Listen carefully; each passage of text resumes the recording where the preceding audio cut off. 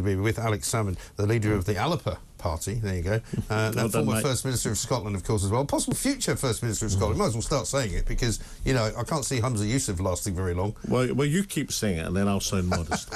Absolutely right. Now, just before the news, just before the break there, we told you that British cycling is now going to ban transgender women. This is still a massive issue for politicians. You know, it was only yesterday, I think, that Ed Davey was caught out being asked the question, you know, can a woman have a penis? Which to most people is not a difficult question to answer, but to him it was very difficult, and he hummed and hawed and went around the houses and eventually said it's quite clear that some women have a penis. Yeah, this is all going to change, of course, because I mean, there's probably people like Ed Davey and Keir Starmer, etc.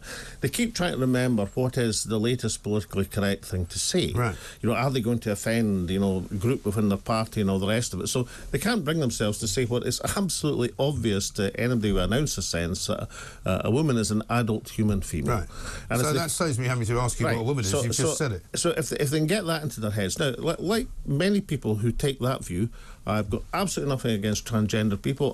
People go through want to transition and they go through the procedures, fine. It might even be made to make easier for people to do that. I can see the logic in that. But the self-identification argument is nonsense. No. You can't just say, well, you can be whatever you want to be. If you want to change your gender, then you should go through a procedure to do it, and nobody should discriminate against you in any shape or form. Of course not, but you can't just say, well, I'll just self-identify as I please. You can't just suddenly turn up one day and say, I've got a dress on and now I'm a woman. Well, because you infringe on other people's rights, and in particular the protected rights of women, and that is the difficulty. And for the life of me, I don't understand why people like Ed Davey or Keir Starmer or others. I mean, it's not really a particularly political party thing.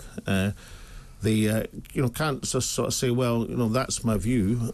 I don't want to discriminate against people, but on the other hand, I don't want to kind of deny science. Yeah. But Nicola Sturgeon found herself in a cul-de-sac of madness when she decided to have this Gender Self-Identification Act put through Parliament in Scotland, because when she finally had to watch what the sort of the end result of that was, a man ended up going to a women's prison for raping women.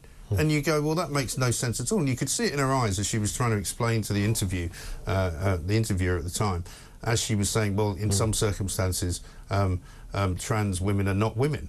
And that was it. It all fell apart. And that's what happens, you see, when the logic comes up against hard cases. And you're quite right about that. And that interview was memorable because, you know, Nicola was normally a very fluent politician, was somebody who wasn't lost for words. Yeah.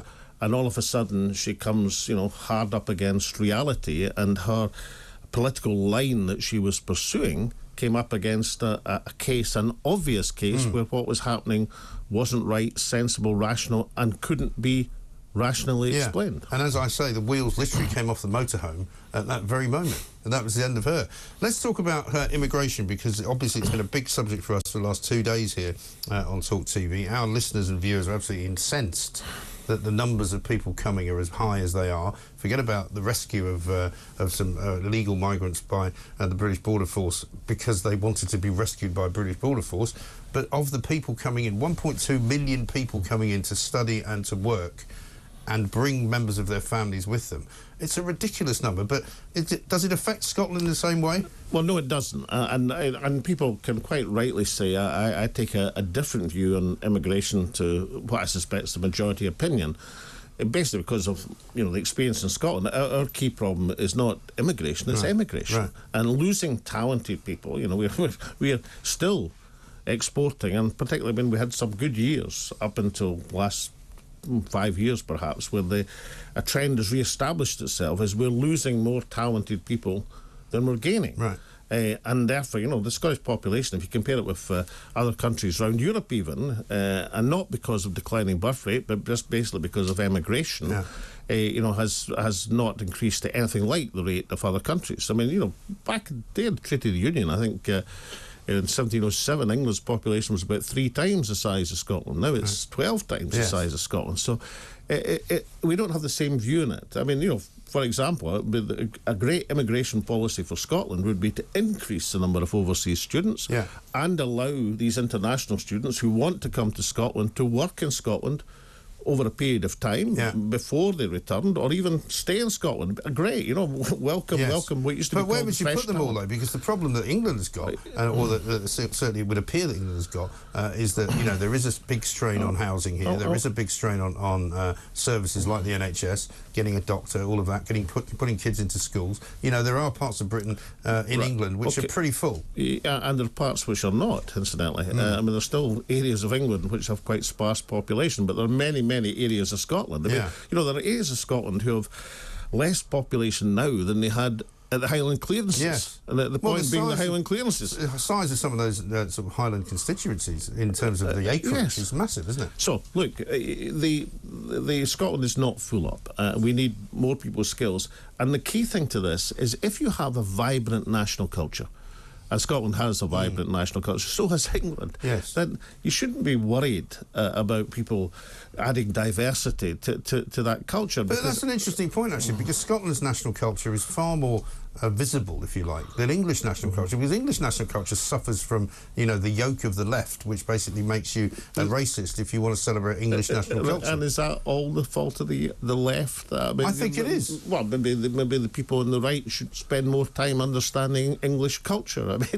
I used to look at the serried ranks of aristocratic, posh Tory MPs and think to myself, I've probably forgotten more about English history than these people have ever learned. I don't know what they were doing at Eton. They must have been in the playing fields instead of the classroom. Possibly so. The point is, if you go to Eton, you don't have to do anything. You just have to say you went there, and then everything goes well when you come out. As a former Prime Minister, many former Prime Ministers, but one in particular exemplifies. Yes, indeed. But the thing is, though, there is a difference between Welsh national sort of pride, Scottish national pride, even Irish national pride in the north of Ireland, and English national pride. There's a very culturally you must recognise. I'm in favour of a revitalisation of genuine Englishness and one that shouldn't have a chip on its shoulder because it should have the ability. Now, there's a question about services, and quite rightly. You can see that towns and villages, perhaps in the south of England, feel the services are under pressure. But as a country as a whole, you tend to benefit from